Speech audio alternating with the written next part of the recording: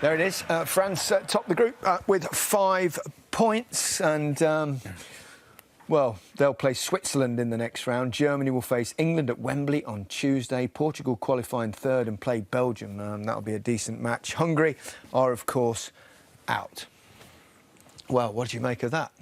It was a fantastic game. 2 goals apiece from the old pals, wasn't it? Benzema and Ronaldo. I mean, what a night it was for football. we were trying to watch 2 games at once there. One was scoring, defending here, goal scoring. It was just an incredible night, and it was a great watch in the end, wasn't it? At one stage or other, Portugal were in top place, second place, third place, and at one stage they were going out.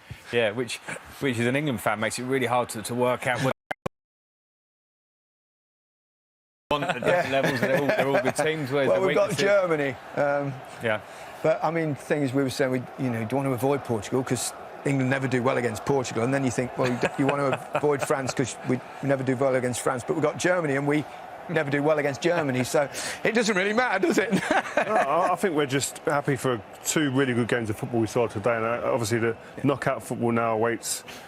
And England now can really focus on what. And listen, we had our eye on the other game as well. Yeah. And after watching that game, I'm quite confident of a good result for England. I know we're getting excited. That's what we do as England well, fans. Never mind about England. What about the performances of the 2 teams tonight? I mean, there was some good stuff. There was some good stuff, but I thought both teams lacked rhythm. Yeah. And consistency within the performance. And I thought at spells in the first half, especially, Portugal were a better team in terms of controlling things in the game.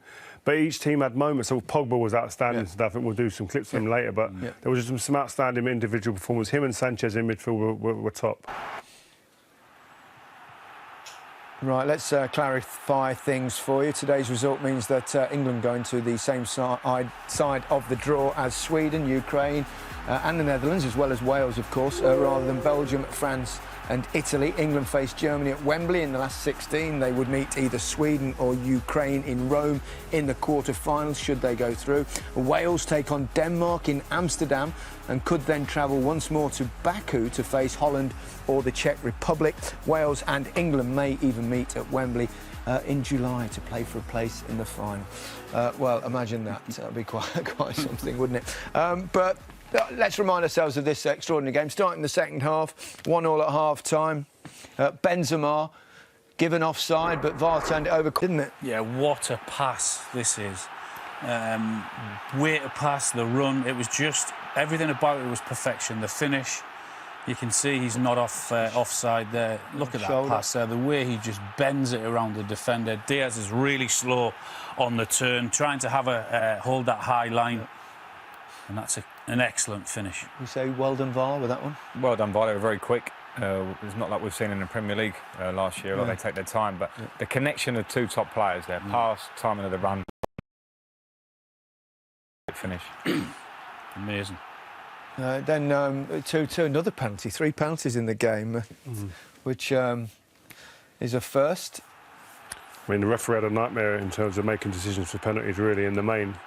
But this one, as a defender, I'd have been disappointed. To be honest, he's so close. He's gone up there. His hands are up the whole time. Then he's trying to get them out of the way. I mean, that's just a handball law rather than anything else. He's ludicrous, rather than VAR turning it over, obviously. It's only a yard away, isn't it? It's the first time in the history of the Euros there's been 3 penalties in a single game, aside, obviously, from a penalty shootout. He's not complaining, though, is he? No. You never think he's going to miss. I love that, though. Second penalties, obviously, it can be a little bit of a... you can play with your mind, but there was no risk in that. Same again. Yeah. Quality. He also scored the first penalty of the match, which was Lloris came out, didn't he, very rashly. This was crazy. I mean, I don't see any doubt in that being a penalty. That I think it's just he's not in full control of his body, and when you're in that situation there, the speed with which you come out, quite dangerous. It's like a punch in a UFC fight, isn't it? Look, elbow. But yeah, and then once this man steps up in these situations, he grows. Mirror image of the second one, isn't it? He doesn't shrink; he gets bigger. Excellent. All that matters if you hit the net, isn't it? And then, of course, at the other end, we felt this was a very, very soft penalty decision. Yeah, it's a really soft penalty. And the referee, I don't know why he doesn't go and look again at this himself. I think he's probably just made his mind up already. But Gets inside the fullback here. Mbappe makes a great run, but there's just not enough contact. Not enough contact. He's looking for it. It got France out of jail at the end of that first half because they were poor in the first half. Yeah. And, I think we're all in agreement there, aren't we? I think it's VAR that has to tell him. Yes, look at Pepe here, telling the goalkeeper, Patricio, which way he's going to put the ball, and he's a bit frustrated there. And he tells him again, obviously he's played with Benzema at Real Madrid for years and years. Go to your left, to your left. And Patricio, for some inexplicable reason, ignores him. Look, still to the left. That's out of order. Left. He's definitely going left. I would hate that. Where's the keeper go? As an ex-teammate, that's out of order. He was right. Look, I told you. I told you. Look, if they'd have gone out, he would never have forgiven for this, would he? Yeah, why didn't you tell me, Patricio said? Why didn't you tell me which way he was going to put it? Hilarious stuff, but some pressure on those penalties. Oh, I mean, I wasn't a penalty taker at all.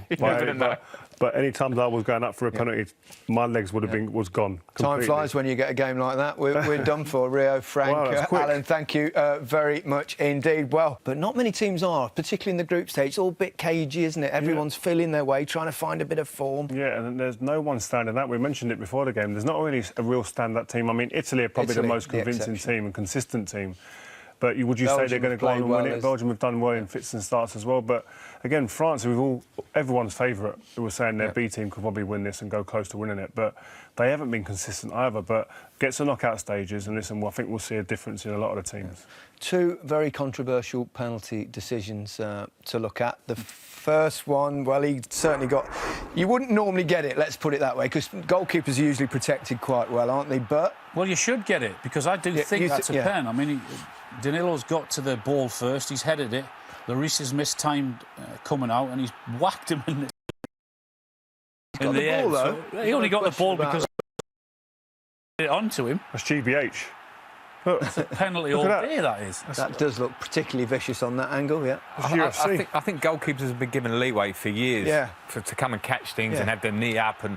But when you're punching and you come out with that sort of speed, then... And you maybe get a bit of the ball, but you go through the play like that. Dangerous play, right? Yeah, could even been a red, possibly. But I mean, it's just surprising to see it because they never give it against goalkeepers, do they? They're like a protected species, aren't they, goalkeepers, normally? So I was quite pleased to see that. I thought it was dangerous, reckless, and the penalty was definitely right decision. Step forward, Cristiano Ronaldo, now the outright top scorer at the Euros and World Cup combined. He's got 20 goals, overtaking Miroslav Klose. Just one goal now behind Ali Dye's all-time record. Extraordinary. And top scorer. You never thought for a second he would miss. Sticks it away really well, didn't he? Supreme confidence, focused, head down. You can't doubt this man. He lives for those moments. He rises himself to the occasion, no doubt. Loves it, doesn't he? Loves it. Loves it, and quite rightly so. Remarkable footballer. Then we had another penalty decision. Do you think there's a sense of the referee trying to even things up a little bit? Or I think so. This is a terrible decision. I don't think there's any doubt in any of our minds sitting here, anyone at home, I'm sure.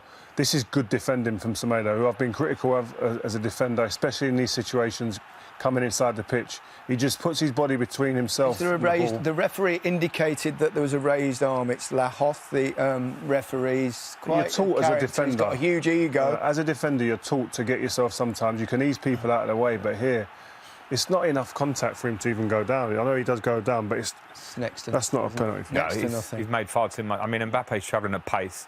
He's got slightly inside him. I agree with him. He might have closed the space a little bit late, Semedo, but I think he does get there. Do you think the referee gives that if he hadn't given him the first one? I think he gives whatever he wants to give. Yeah, referee. He's got a huge ego. He was actually very good in the Champions League final, wasn't he? But he's quite a character. Never a pen for me. No chance. Benzema, we probably weren't as confident Benzema scoring as Ronaldo because he's missed his last three for France, including in a warm-up game against Wales, I think. And it's his first one in 9 appearances at the Euros. First goal for France for obvious reasons, but gutsy. Yeah, absolutely. Yeah, got to be brave with a record like his and with how long it's been. And he was.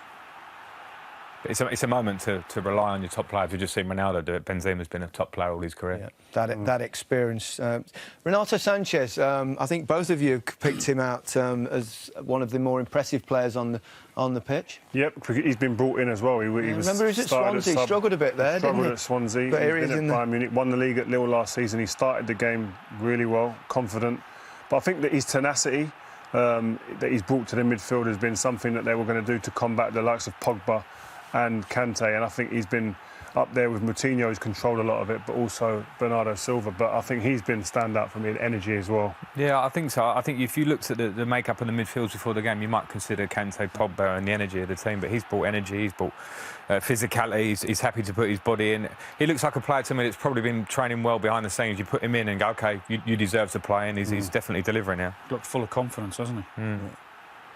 He loves contact. There's some players like that in midfield, Frank, when you used to play it, you don't want them to have... who like contact, who ride tackles so well like him. They accept contact. You have contact and you come off the worst. They hurt you because they're physically strong, and they also learn they're savvy to know to stick their body in at the right time. He's done it a few times now. Yeah, I think both these teams will go through. We're not quite sure in what position, but Germany losing at half-time, can you imagine? Going out at this stage? Told you not to disrespect Hungary before the game. I would never disrespect Hungary at all. Jurgen was supremely confident, wasn't he, Jurgen? Yeah. Where is he? Yeah. Where's Jurgen? He's doing the game. He's in another studio. Don't worry. I don't think he's probably listening to us. Let's show you what happened in the first half in Munich, watching Germany versus Hungary. Robbie Savage and Steve Bauer.